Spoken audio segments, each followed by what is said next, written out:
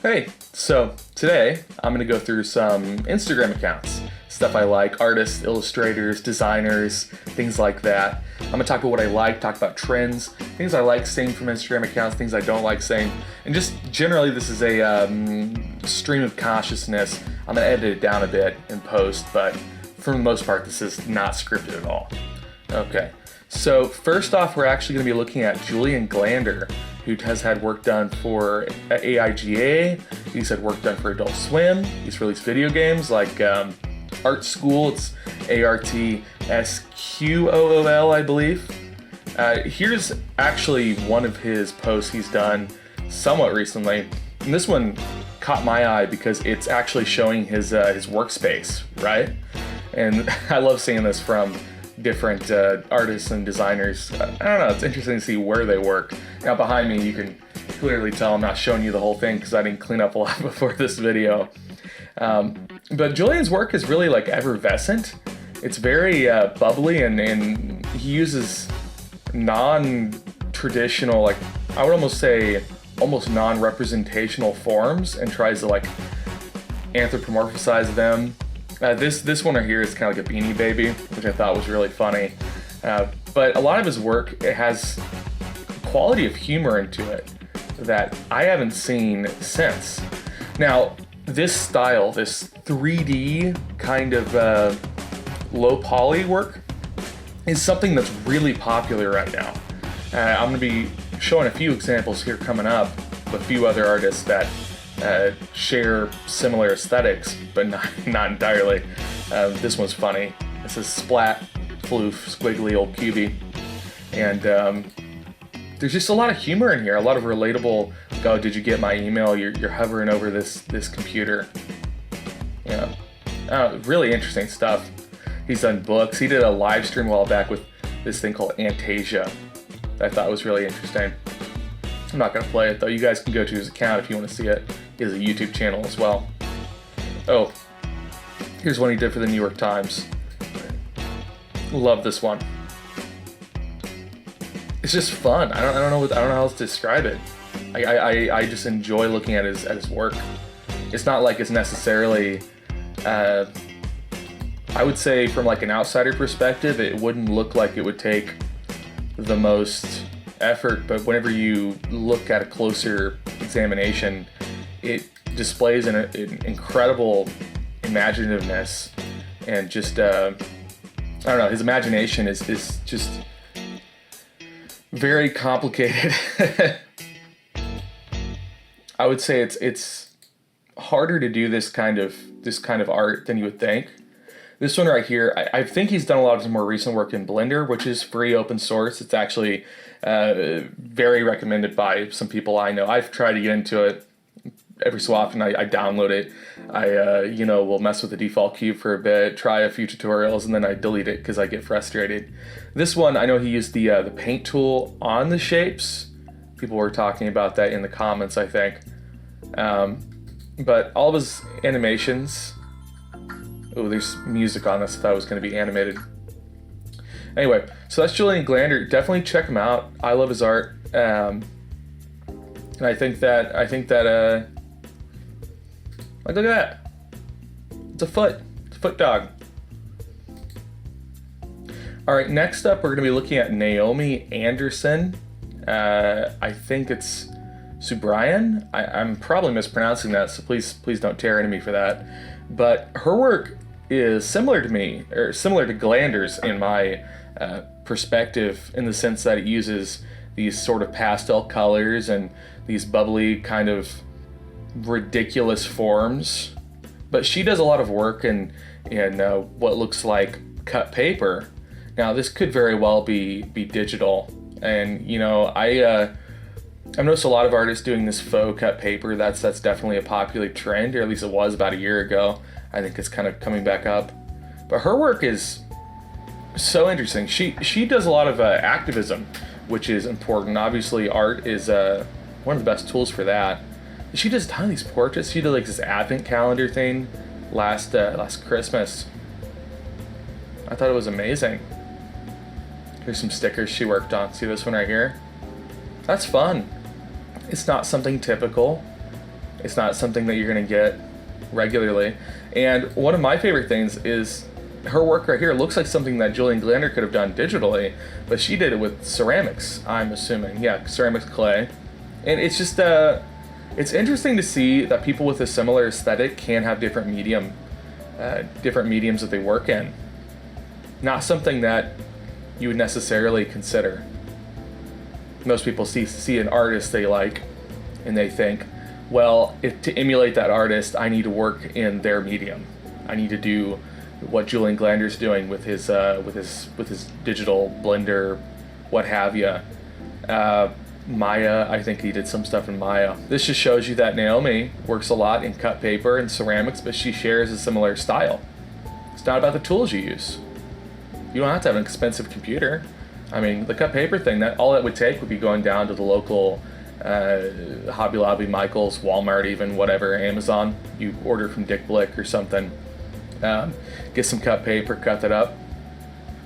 And in one of my earlier classes for my bachelor's, we had a 2D design class, and that was entirely done in cut paper. I loved it. I really wish that I could pick it up a little bit more, because it seems like a very fun, vibrant way to create an aesthetic. It'd be fun to do a whole children's book in this style, I think. That would definitely be fun. All right, next up, we're going to look at this account. This was, I don't even know how to pronounce this. Cranebrin. I don't want to butcher that too much. It means airplane, so we're going to call this airplane. Okay, so airplane stuff. If you look at a lot of this art right here, it looks like, again, very illustrative, flat colors. This outline text could be considered kind of a faux pas in a lot of modern design, but it's coming back. All right, so a lot of this work right here reminds me of Richard Scarry's work. I'm sure you guys have read these books growing up. Just a lot of children's books. I don't necessarily remember a lot of the details of them. I remember there's a lot of like sections of different towns. Obviously, Busy Town was the brand, I think. But yeah, I definitely think that this style is a little bit less painterly than Richard Scarry's. Richard Scarry obviously has some of these, I don't know what to call this, kind of this blending right here, and this almost like watercolor, colored pencil style. But it's definitely very similar. I'm gonna go ahead and go back to Cranebrin's work here. Now that's something that's a little bit different. I'm noticing a variance in style.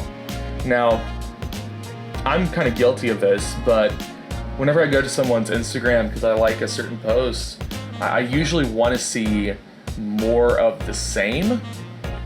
Although you should explore different styles, because what if one style you end up doing better, one style you end up having more response to.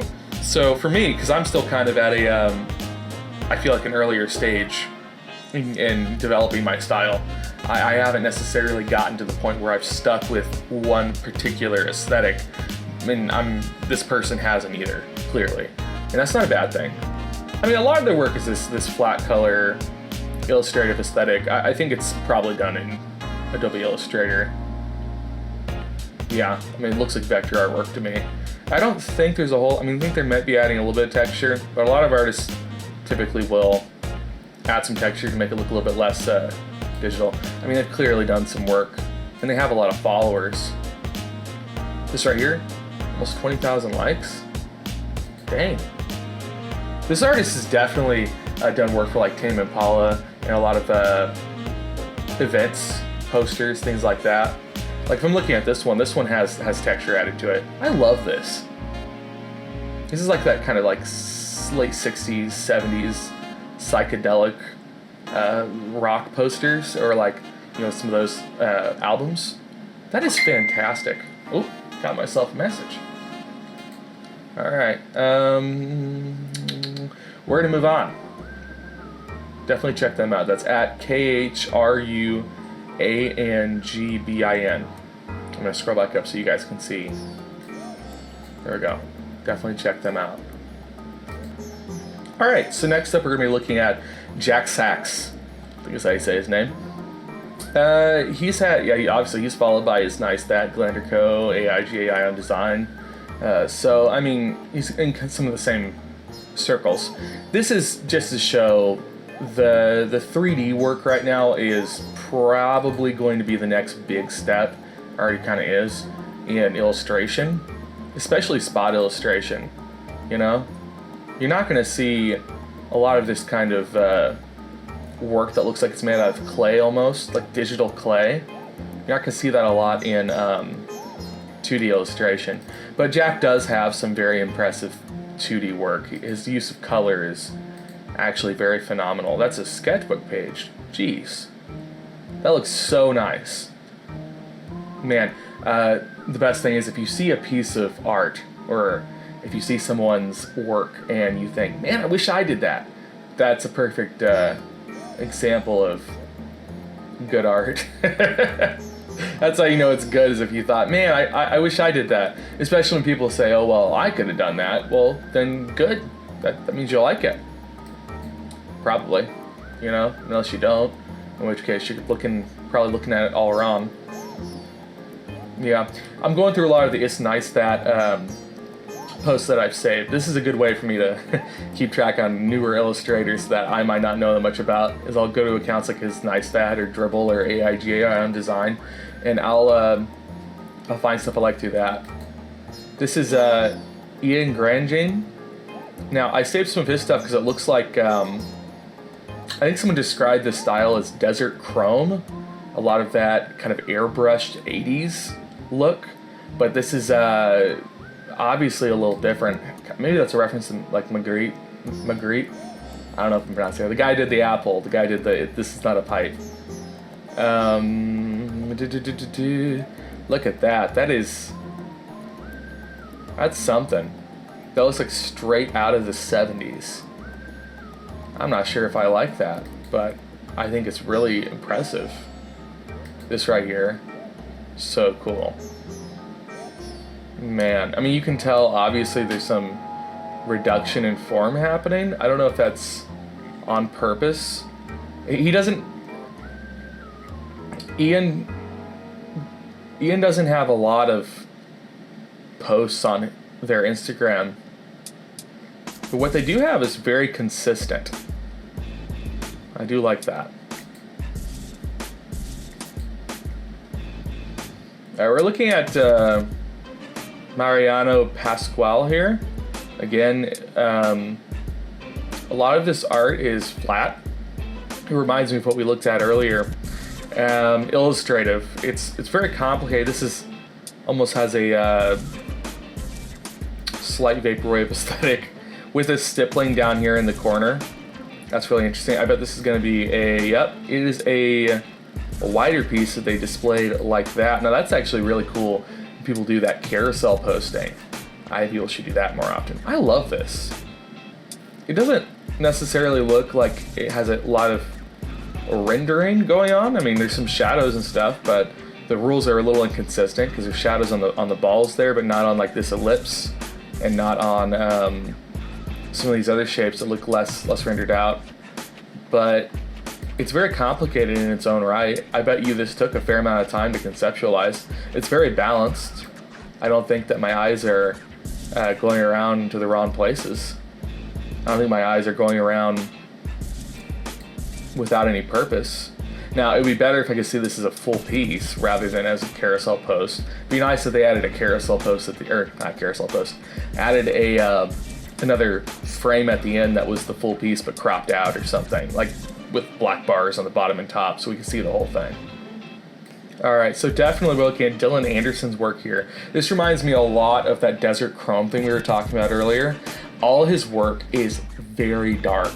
It almost has this, I don't know, say like 90s anime look to it right here. I mean, with all that grain and all that fuzz, but also in the way that he will outline forms. But then you get further on to things like this, and it looks like something on a textbook, you know? nothing too crazy there. This is incredibly popular right now for posters. Is showing this this wrinkly torn up look. I've seen a lot of posters right now that they make it look like it's a record or a CD in its sleeve, but it has that torn up plastic on there as well, kind of that sheen. Now this has water on it too. I bet you what they did is they found they either took a photo of that and then use that as a just mess with the blending modes, or they might have just found a mock-up of a poster and then focused in on a wrinkly area and used like that placement map or something to try to go around this. I don't know if I like this too much as far as the legibility. Everything's very flat. I mean, like stretched out and flat, but I mean, it's effective. I enjoy looking at it to some ways, and I don't know if necessarily this is my bag. If you look down here, you'll notice that this little circle isn't quite going with the rest. Like the reflection isn't quite going on it the right way, and I couldn't even read that, so I don't know what that is. I don't know what any of these symbols are. They could mean nothing. This could be just part of the aesthetic they're going for. Here's an example. Yeah, that's not very legible down there in the bottom. I can read it. It says Selected Works 1920, Unifying Sounds of Ambient D&B Collective Transcendence. Yeah. He's riding the line awful close between legible and not legible. It doesn't necessarily need to be the most legible ever, but things like this is just blurry. That's just, the glow is pushed out really hard on there. It's really aesthetically pleasing. Take a drink every time I say aesthetic. I need to stop. I need to use different words there. It's really pleasing to the eye. It's not hard to look at. Okay? It's interesting the way something like this, the texturing on it is so intense and the gradients are unrealistic. And it's hitting that almost that uncanny valley where something looks real enough in its rendering that you want to make connections there that aren't there, and then it just sort of hurts your brain looking at it. Okay, so I was on Dribbble a little bit ago and I saw this right here, Going for a Walk. This is Joanna Novak. She does her work, what it looks like in Procreate. Most of this is reduced forms. She has some issues with her work, like right here on this one.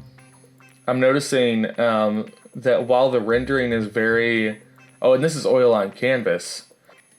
Her anatomy still has some issues. Now, who doesn't have some issues with their anatomy, But I'm looking at like the eye here, like clearly both of those eyes just don't fit.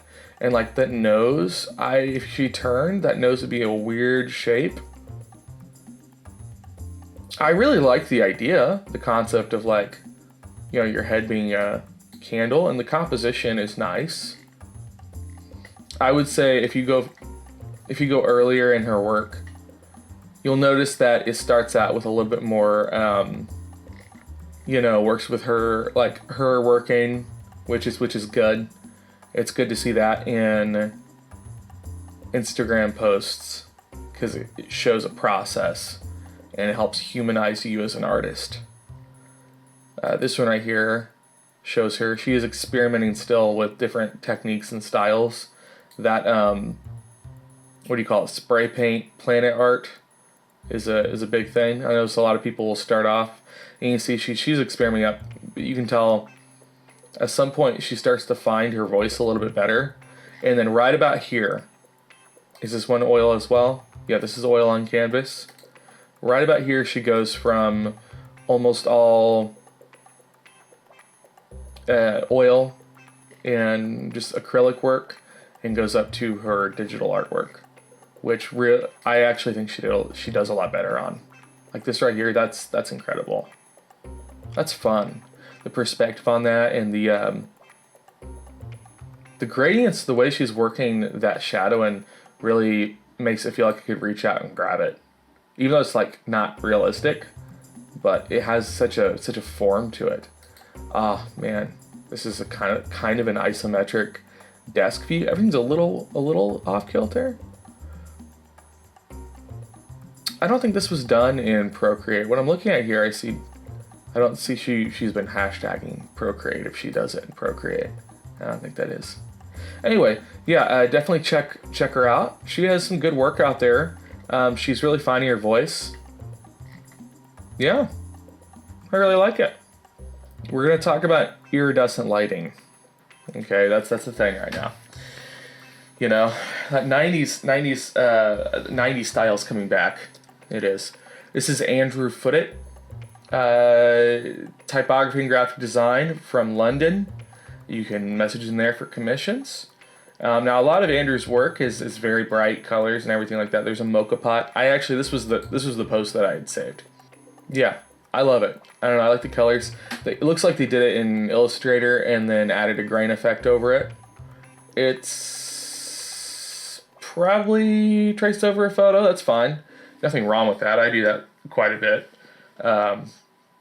especially with Illustrator works, because it's like, I mean, why not? You can always edit the shape later.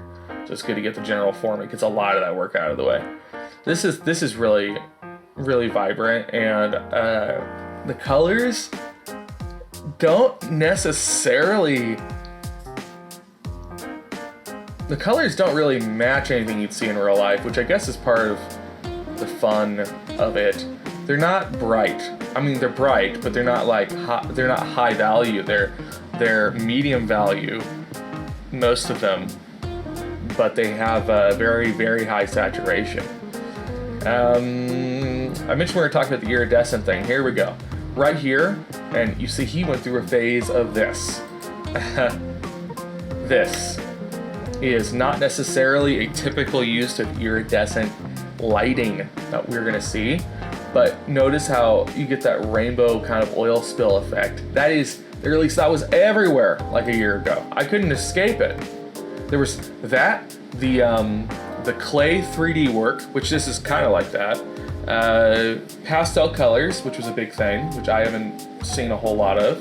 You had the little heads on adults. I'm wondering if we're gonna get to one of those today, because I guess it's I'll talk about more when we get there. Yeah, little heads on adults is the thing. Yeah, Andrew, check out his work. It's really good.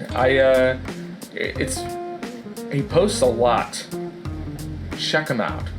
I really enjoy it. All right, Aaron Lowell.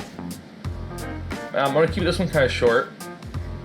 Yeah, Aaron Lowell is a lot like one of those early artists we looked at. Very Desert Chrome. I'm going through a lot of these Desert Chrome things right now. I don't really know if it's just a trend or if it's something I've surrounded myself with. This looks like a Kandinsky right here.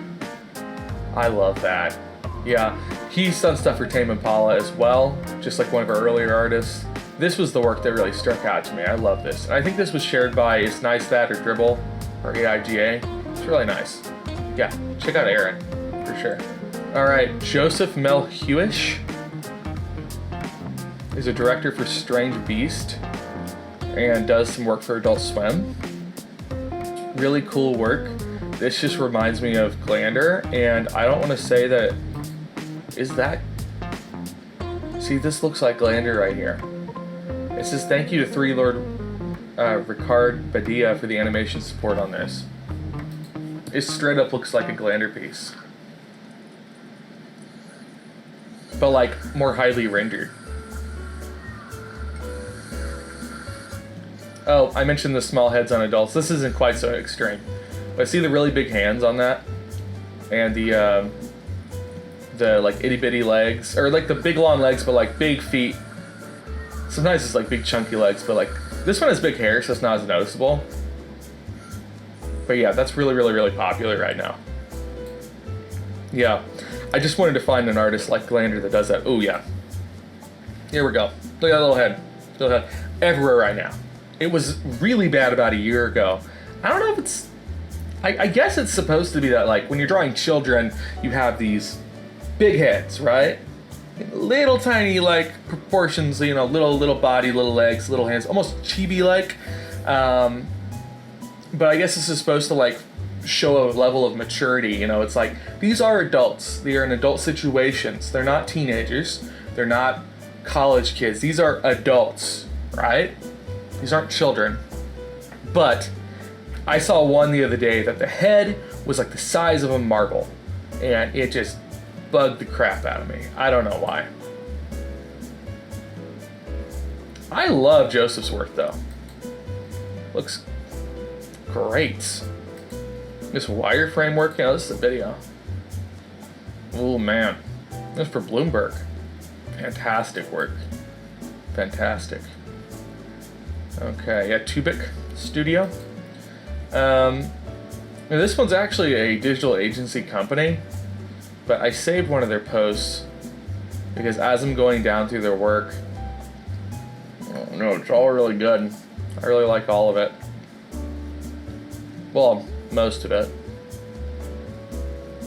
I don't know if I like that. It's just like, why would you spend so much time maintaining a likeness with the face, but then ruining the hand? I don't know. I just, I don't think the colors match up really well. It feels like this piece and this piece don't go together. The head doesn't really match the body. Maybe that's the, you know, I mean, I guess it's one of their team members.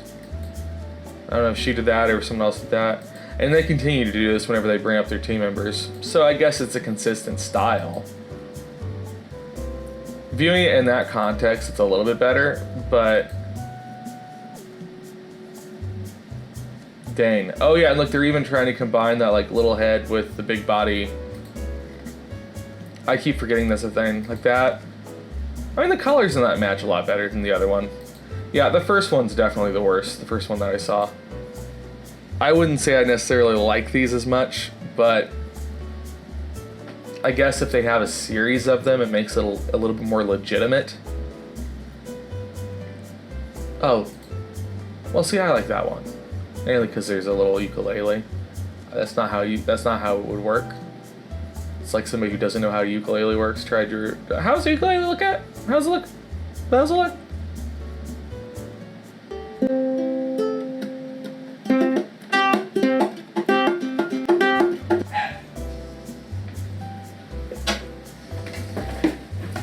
Alright, well, that's all I'm going to go for today. Check out my stuff. I'll put an end title here.